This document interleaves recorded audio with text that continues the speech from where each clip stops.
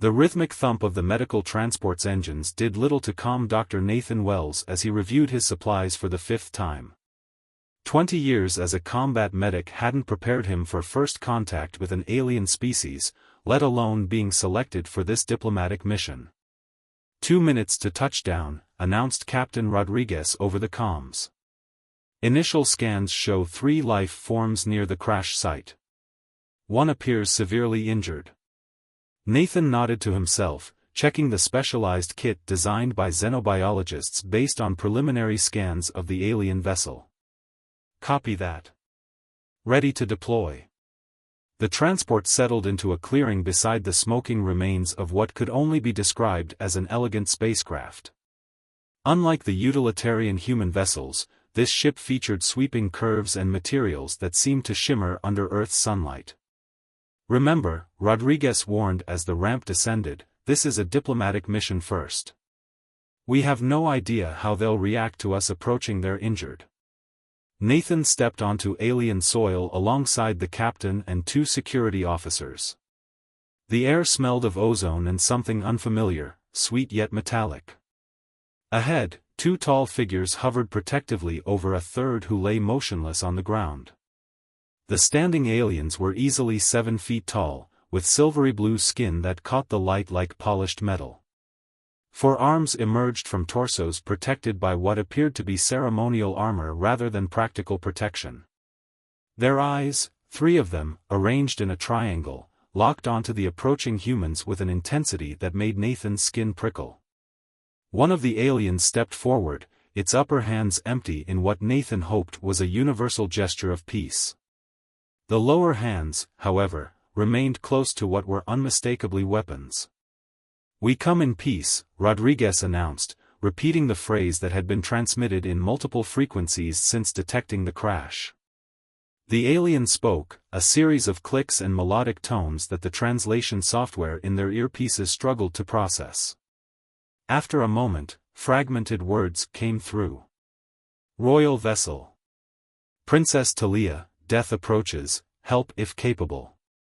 Nathan stepped forward cautiously, medical kit in hand. "I'm a doctor. I can try to help." The aliens exchanged looks before the apparent leader nodded and stepped aside. Nathan approached the fallen figure and immediately understood the gravity of the situation. The injured alien, smaller and with more delicate features, was bleeding a phosphorescent blue fluid from multiple wounds. A jagged piece of hull material had impaled what Nathan presumed was the equivalent of a chest cavity. "I need space and light," Nathan said, kneeling beside the injured alien. "And I need to know anything you can tell me about your physiology." As the translation software worked, Nathan scanned the alien with his medical equipment. The readouts were confusing, a circulatory system unlike anything he'd studied, with what appeared to be 3 separate organs sharing the function of a human heart. The leader spoke again, and this time the translation came through clearer. "She is Talia, daughter of Emperor Vortek of the Zarkon Empire. Her secondary life organ is punctured. The third compensates but will fail soon." Nathan worked quickly, applying emergency biomembrane to slow the bleeding while he assessed the damage. The alien princess's 3 eyes fluttered open briefly, focusing on him with remarkable clarity despite her condition. "I need to remove this fragment," Nathan explained, "but I don't know enough about your anatomy to proceed safely." The leader placed one of its hands on Nathan's shoulder, a gesture so unexpectedly human that it startled him. "Our medical knowledge is shared through direct neural connection. We cannot transfer to your species." Nathan made a split-second decision. "Then guide my hands. Tell me what to do, step by step." What followed was the most intense surgical procedure of Nathan's career. Working with unfamiliar anatomy, using a combination of his own medical supplies and strange devices offered by the aliens, he managed to extract the fragment and stabilized the wounded princess. As he sealed the final wound with synthetic tissue bonding, the princess spoke directly to him, her voice translated into his ear. "Human healer," she whispered, "you have preserved the lineage of the eternal throne. My father will hear of this debt." Nathan wiped phosphorescent blood from his hands. "Just doing my job, Your Highness." The leader of the alien guard approached, bowing deeply in a gesture that required no translation. "The House of Vortek remembers those who serve it well. You will be summoned." As the medical transport departed hours later, Nathan watched the alien vessel rising into the clouds, apparently repaired through technology beyond human understanding. He couldn't shake the feeling that his life had changed irrevocably. He had no idea how right he was. 3 days after the encounter, Nathan found himself summoned to a high-security facility beneath UNSC headquarters. The sterile conference room was filled with military brass, xenobiologists, and diplomats all arguing over the same issue: Princess Talia was dying. The emergency treatment was sufficient to stabilize her initially, explained Dr. Valentina Petrova, lead xenobiologist. But her system is rejecting our synthetic tissue. Without intervention, she'll be dead within 12 hours. General Harrington slammed his fist on the table. And the Zarkon have made it abundantly clear what happens if she dies on our watch. Their fleet is already on the edge of our solar system. Nathan studied the medical readouts on his tablet. The princess's life signs were deteriorating rapidly, her unique physiology breaking down the human medical solutions meant to save her. "Where is she now?" Nathan asked. "Isolation Chamber 3, Valentina replied. "The 2 royal guards refuse to leave her side, though they've permitted our observation." Nathan stood abruptly. "I need to see her." Minutes later, Nathan entered the observation area overlooking the isolation chamber. Princess Talia lay motionless on a specialized bed, her silvery blue skin now dull and patchy. The 2 guards noticed him immediately, their triangular eyes fixed on his every movement. "Dr. Wells," one of them acknowledged through the translator. "The princess speaks of your skills." Nathan nodded respectfully. "May I examine her? I might have an idea." After a brief exchange in their native tongue, they permitted him entry. Up close, the deterioration was even more evident. The synthetic tissue he'd applied at the crash site was dissolving, and the princess's body was failing to regenerate its own. "Your Highness," Nathan addressed her gently. "I'm going to try something different." Her 3 eyes opened weakly. "The human healer returns. Your medicines fail against royal blood." "Yes, I see that now." Nathan pulled up a chair beside her. "Your guards mentioned that your people share medical knowledge through neural connections. I need to understand how your body heals naturally." The guard who had spoken earlier stepped forward. "Such knowledge cannot transfer across species." "Perhaps not directly," Nathan conceded. "But what if we use the princess's own blood to create a healing matrix? Your body rejects our synthetics, but it might accept its own biological material reconfigured as a healing scaffold." The room fell silent as the translator relayed his words. The guards exchanged concerned looks. "This is forbidden knowledge to outsiders," the second guard finally spoke. "Only imperial physicians may know the secrets of royal regeneration." "And where are these imperial physicians?" Nathan challenged. "Somewhere beyond our solar system while the princess dies here." The first guard approached, looming over Nathan. "You propose blood manipulation? This is sacred to our people." "I propose keeping her alive until your physicians arrive," Nathan countered.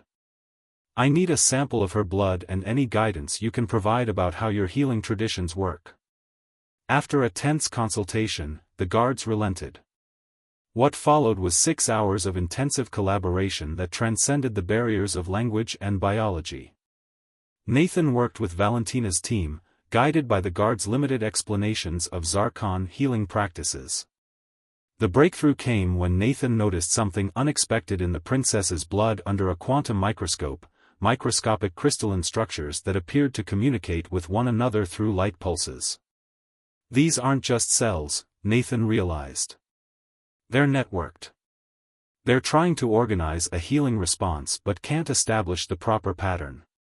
Using a combination of human medical technology and instructions from the guards, Nathan created a matrix of the princess's own blood crystals, arranged in patterns the guards identified as sacred healing geometries. When applied to her wounds, the matrix began to glow with the same phosphorescent blue he'd seen at the crash site. "It's working," Valentina whispered as the monitors showed the princess's life signs stabilizing. Hours later, Princess Talia sat upright, her 3 eyes bright and alert. The wounds had closed completely, leaving only faint iridescent markings where the injuries had been. "Dr. Nathan Wells," she addressed him formally. "You have done what our tradition said was impossible. You have understood the sacred patterns without the neural communion." Nathan shook his head. "I just followed the guidance of your guards and observed what your own body was trying to do." The princess extended one of her 4 hands toward him. "You have saved the heir to the eternal throne twice now. My father will arrive within your solar cycle. The debt of the Zarkon Empire grows." As Nathan left the isolation chamber, General Harrington was waiting with a grim expression. "The Zarkon fleet has entered our solar system," he informed Nathan. 17 vessels, each larger than anything we've ever built. The Emperor demands to see the human who saved his daughter." Nathan gazed through the observation window at the princess, who was now engaged in some form of ritual with her guards. "Then I suppose we'd better prepare for a royal visit," he replied, wondering what the arrival of an alien emperor would mean for humanity, and for him personally. The arrival of Emperor Vortex's flagship eclipsed the sun over UNSC headquarters. A sleek vessel that stretched nearly 2 kilometers in length, it hovered silently above the complex, defying Earth's gravity with technology that human scientists could barely comprehend. Nathan stood on the landing pad alongside General Harrington, Valentina, and a hastily assembled diplomatic team.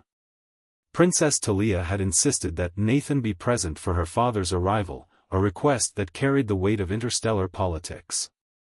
"Remember," Harrington muttered, "we're establishing humanity's first formal contact with an advanced civilization.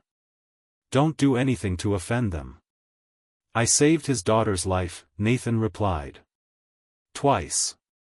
Which is the only reason we're not looking at an invasion fleet," the general countered.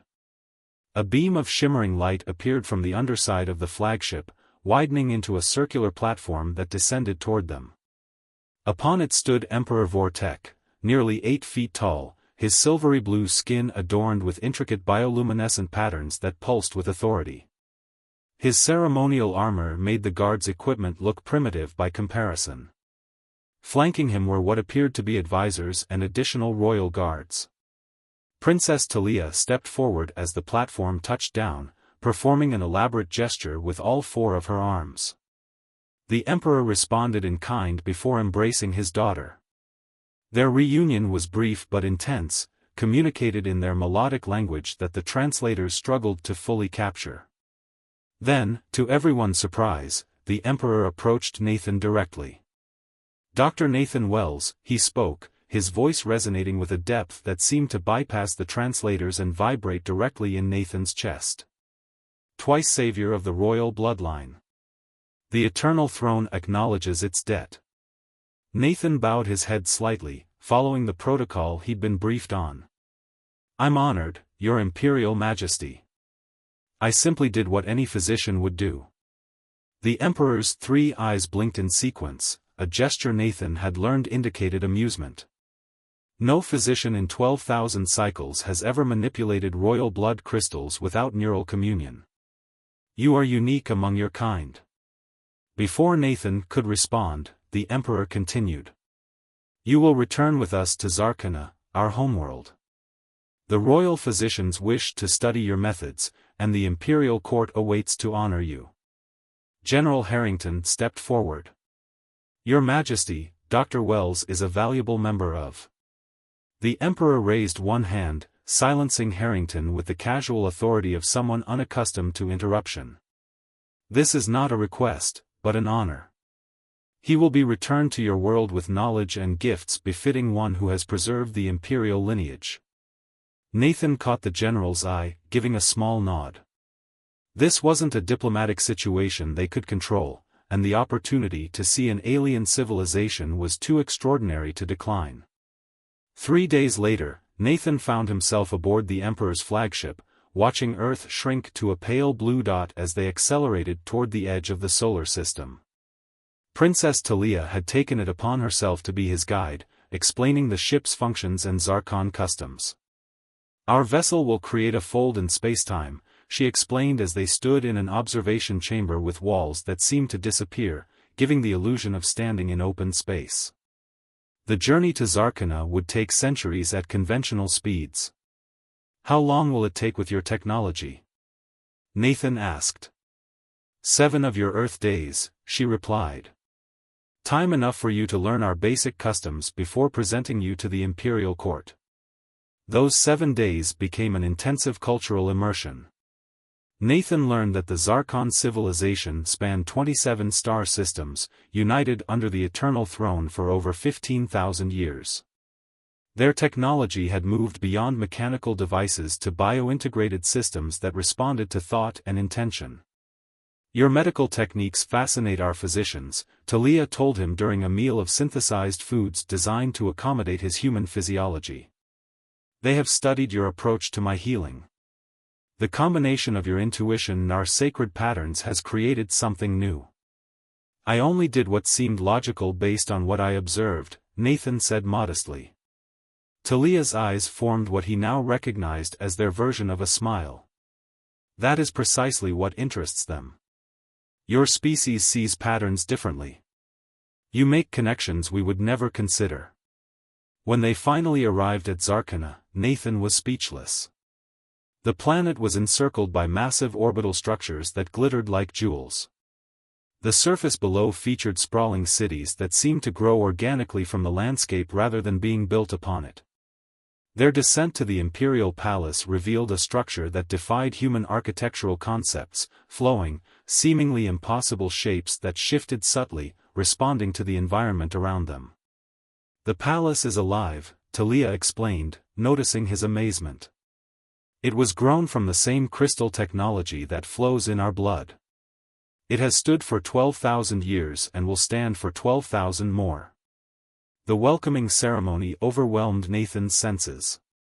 Hundreds of Zarkon nobles lined a great hall that changed colors with their movements, creating a symphony of light and sound that told the story of Princess Talia's rescue, with Nathan portrayed as a mysterious figure of destiny. Emperor Vortek presented him to the assembled court with a formal declaration, "Behold Nathan Wells of Earth, who has preserved the royal bloodline through wisdom beyond his species.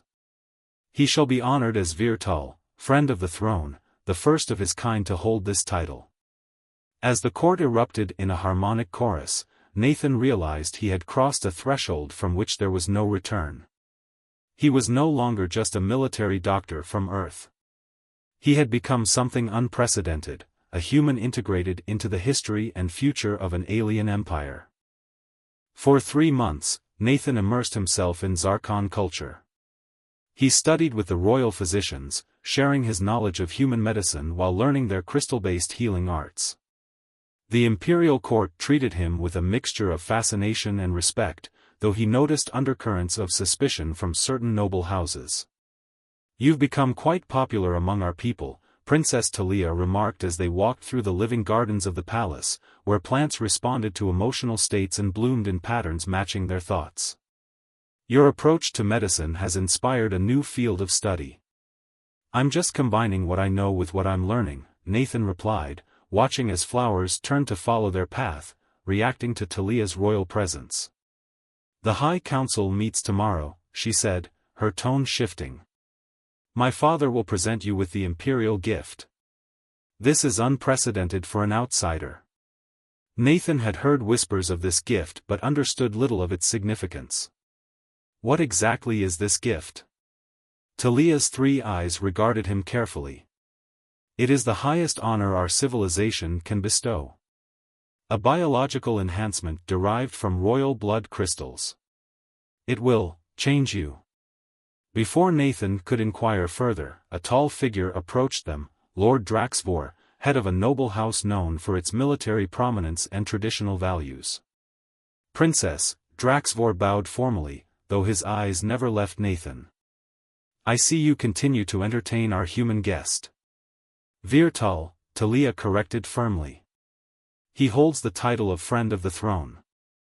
Draxvor made a gesture that Nathan had come to recognize as dismissive. A hasty honor granted out of gratitude. Many on the High Council question the wisdom of sharing our sacred knowledge with a species so primitive. Nathan maintained his composure, having encountered this sentiment before. Your concerns are understandable, Lord Draxvor. My people have much to learn.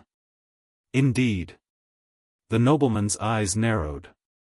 And yet tomorrow you will receive the imperial gift, something many noble-born Zarkon spend lifetimes proving themselves worthy to receive. After Draxvor departed, Talia sighed, a surprisingly human gesture she had adopted from Nathan. He represents the traditionalist faction. They fear change and outside influence. He's not wrong about humans being less advanced, Nathan admitted. Advanced is a narrow perspective, Talia countered. Your species achieved in medicine through observation what ours required neural communion to discover. Different paths, not lesser ones. The next day, Nathan stood before the High Council, 12 elder Zarkon who served as advisors to the Emperor. The chamber itself was imposing, with walls that displayed the living history of their empire through shifting crystalline patterns. Emperor Vortek addressed the assembly from his elevated throne. Nathan Wells of Earth has preserved the royal lineage and shared knowledge that has already advanced our healing arts. Today, he shall receive the imperial gift, the essence of Zarkon longevity and communion with our living technology. A murmur rippled through the council. Lord Draxvor stepped forward. Your Majesty, while the human service is acknowledged, bestowing the gift risks diluting our sacred biological heritage. His physiology may reject it, or worse, corrupt it. The Emperor's bioluminescent patterns flashed with what Nathan recognized as irritation. The royal physicians have adapted the process. His unique perspective merits preservation beyond his natural lifespan. After further debate, the council voted, narrowly approving the Emperor's decision. Nathan was led to a crystalline chamber deep within the palace, where the royal physicians waited. The procedure will integrate modified royal blood crystals with your cellular structure, the head physician explained. It will extend your lifespan significantly and allow you limited communion with our technology. It is painful. How painful? Nathan asked. The physician's 3 eyes blinked in sequence. Beyond description. Many Zarkon do not survive the process. Before Nathan could reconsider, Princess Talia entered the chamber. I will monitor his integration. My presence will stabilize the crystalline resonance. The procedure lasted 16 hours, during which Nathan experienced pain beyond anything he had imagined possible. Every cell in his body seemed to burn and reform. Several times, he felt himself slipping toward death, only to be pulled back by Talia's presence, her royal blood crystals somehow communicating with those being integrated into his human physiology. When he finally regained consciousness, Nathan found himself changed. His vision had sharpened dramatically, with new perceptual dimensions he couldn't fully articulate. His mind processed information faster, and he could sense the living architecture of the palace responding to his presence. The integration succeeded beyond our expectations, the head physician informed him. Your human adaptability accepted the crystals and incorporated them uniquely. You are neither fully human nor Zarkon, but something unprecedented. Emperor Vortek visited his recovery chamber personally. How do you feel, Virtal? Transformed, Nathan replied honestly. I can sense things I couldn't before. It's overwhelming. You will adapt, the Emperor assured him. The gift grants you a lifespan of approximately 300 of your Earth years. Your body will heal from most injuries, and you now carry a biological legacy of the eternal throne within you. The implication stunned Nathan. 300 years? A modest extension by our standards, the Emperor said. But sufficient time for you to serve as a bridge between our civilizations. In the weeks that followed, Nathan learned to control his enhanced senses in communion with Zarkon technology. He could now operate their medical equipment intuitively and understand their biological data systems. However, his new status also made him a target. Twice, agents from traditionalist and noble houses attempted to assassinate him, viewing his transformation as a corruption of their sacred bloodline. The attempts failed due to his enhanced reflexes and healing ability, but the message was clear: not all Zarkon welcomed this human-alien hybrid in their midst. Politics is inevitable in any advanced civilization, Princess Talia told him after the second attempt. You represent change, and change threatens power structures established over millennia. Nathan looked down at his hands, where faint bioluminescent patterns now glowed beneath his skin when his emotions intensified. I'm not sure I belong anywhere anymore, not fully human, not Zarkon. Talia placed one of her hands on his shoulder. Perhaps that is precisely why you are valuable. The bridge between worlds belongs to neither shore yet connects both. As preparations began for his return to Earth, Nathan realized the true weight of the Emperor's gift. He would long outlive everyone he had ever known on his home planet. He would witness centuries of human development with the perspective and knowledge of an alien civilization. The gift is not merely biological enhancement, the Emperor told him during their final meeting. It is a burden of responsibility. You will guide both our peoples toward a shared future that neither could achieve alone. Nathan nodded, finally understanding. I accept the responsibility, Your Majesty. Then it is time for you to return home, the Emperor declared, and begin your true work. 50 years had passed since Nathan Wells first returned to Earth. The world he came back to had initially treated him with suspicion, a human forever altered by alien technology, glowing faintly with bioluminescent patterns when emotions ran high. The military had quarantined him, scientists had studied him, politicians had debated his loyalty. But time had proven him invaluable. Nathan stood on the observation deck of Unity Station, the massive orbital platform constructed through human-Zarkon collaboration. Below, Earth gleamed like a jewel, while above, the stars beckoned with possibilities that would have seemed impossible 5 decades earlier. Ambassador Wells, called a voice behind him. The Zarkon delegation has arrived. Nathan turned to face his assistant, Lucia Reyes. At 32, she represented the first generation who had grown up in a world where aliens weren't just real but allies. Thank you, Lucia. How many ships? 3, including Princess Talia's personal vessel. Nathan smiled. Despite the passing decades, Talia had aged only minimally. Royal Zarkon lived for centuries. Their friendship had evolved into a deep bond that transcended their biological differences. The Unity Station central chamber had been designed specifically for diplomatic functions. Its architecture blended human practicality with Zarkon living crystal, creating a space that felt welcoming to both species. As Nathan entered, he noted the Earth delegation already in position, scientists, diplomats, and military officials representing humanity's best. The Zarkon delegation materialized through their quantum transfer technology, a method of transportation still beyond human replication. Princess Talia led them, her royal status now elevated to imperial regent following her father's semi-retirement to the ancestral meditation halls. Virtal, she greeted him formally before switching to the more personal, Nathan. You look well. As do you, Regent Talia. He bowed in the Zarkon tradition. After 50 years of practice, the forearm gesture came naturally to him despite having only 2 arms. The formal part of the summit proceeded efficiently. Both civilizations had learned to work through their differences, establishing protocols that respected each other's customs. The true purpose of this meeting would come later, in private. After the ceremonial exchanges concluded, Nathan and Talia retreated to his private quarters, a space designed to accommodate both human and Zarkon physiology. The High Council has finally approved the expansion, Talia announced once they were alone. 7 new star systems will be opened for joint colonization. Nathan's eyes widened. That's more than we anticipated. What changed their minds?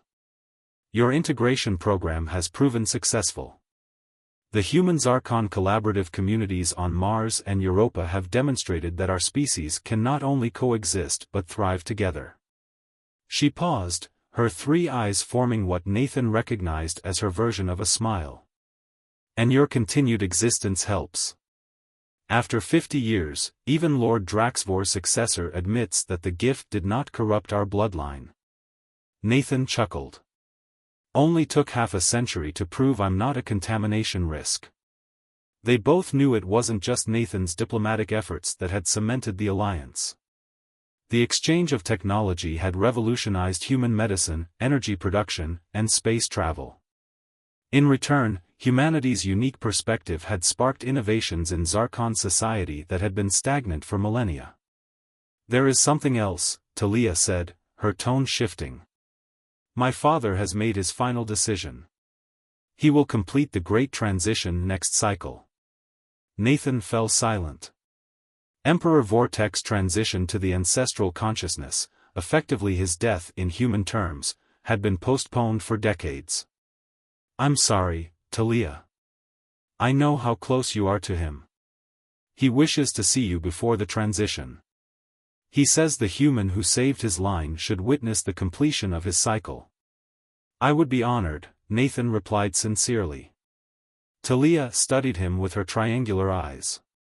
You have aged well for a human, even with the gift. Yet I sense a weariness in you. Nathan turned to look out the viewport at Earth below. Everyone I knew before meeting you is gone now. My parents, my colleagues, my friends. I've watched generations pass while I remain. The burden of extended life, Talia acknowledged. A familiar challenge to my people. Yet your people have always lived with this expectation. Humans aren't psychologically prepared for watching loved ones age and die while we continue. He gestured to his quarters, where images of various humans from different decades adorned the walls, people important to him, all now gone. There is a solution, Talia said carefully. The High Council has authorized an expansion of the gift program. 100 humans may now receive adapted versions of the enhancements you carry. Nathan turned to her, stunned. That's unprecedented. The candidates must be carefully selected, those who demonstrate the adaptability and perspective needed to serve as bridges between our civilizations. She paused meaningfully. You would oversee the selection process. The implications were staggering. A cadre of enhanced humans who could live for centuries, guiding both species through the long process of integration and collaborative development. This could change everything, Nathan murmured. It already has, Talia replied. When you saved me on that day 50 years ago, neither of us could have imagined this outcome. Later that evening, Nathan addressed a group of young diplomats from both species, the most promising candidates for the expanded interspecies cooperation program. Looking at their eager faces, he felt something he hadn't experienced in years, hope for a future he might actually live to see. 50 years ago, I was a combat medic who followed his training and instincts to save a life, he began. I could never have predicted that this single act would transform not only my life but the future of 2 civilizations. The bioluminescent patterns beneath his skin glowed with emotion as he continued, I stand before you as neither fully human nor Zarkon, but as living proof that our differences can become our greatest strength. The boundaries between our species are not walls but doorways to possibilities neither of us could achieve alone. A young human diplomat raised her hand.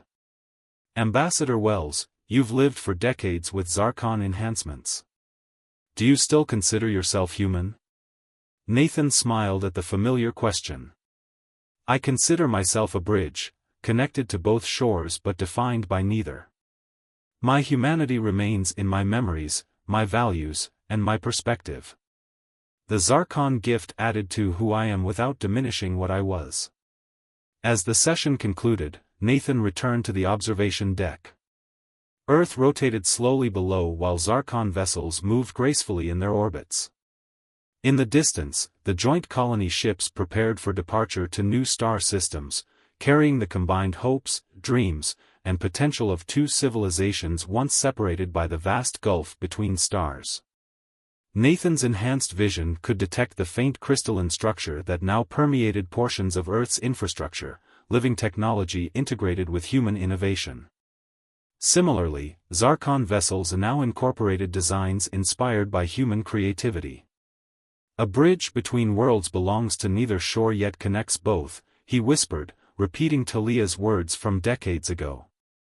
As his skin glowed with the bioluminescence of the royal gift, Nathan Wells, once a simple combat medic, embraced his role in the cosmic journey that would continue long after his 300 years came to an end. The story of humanity and the Zarkon was just beginning.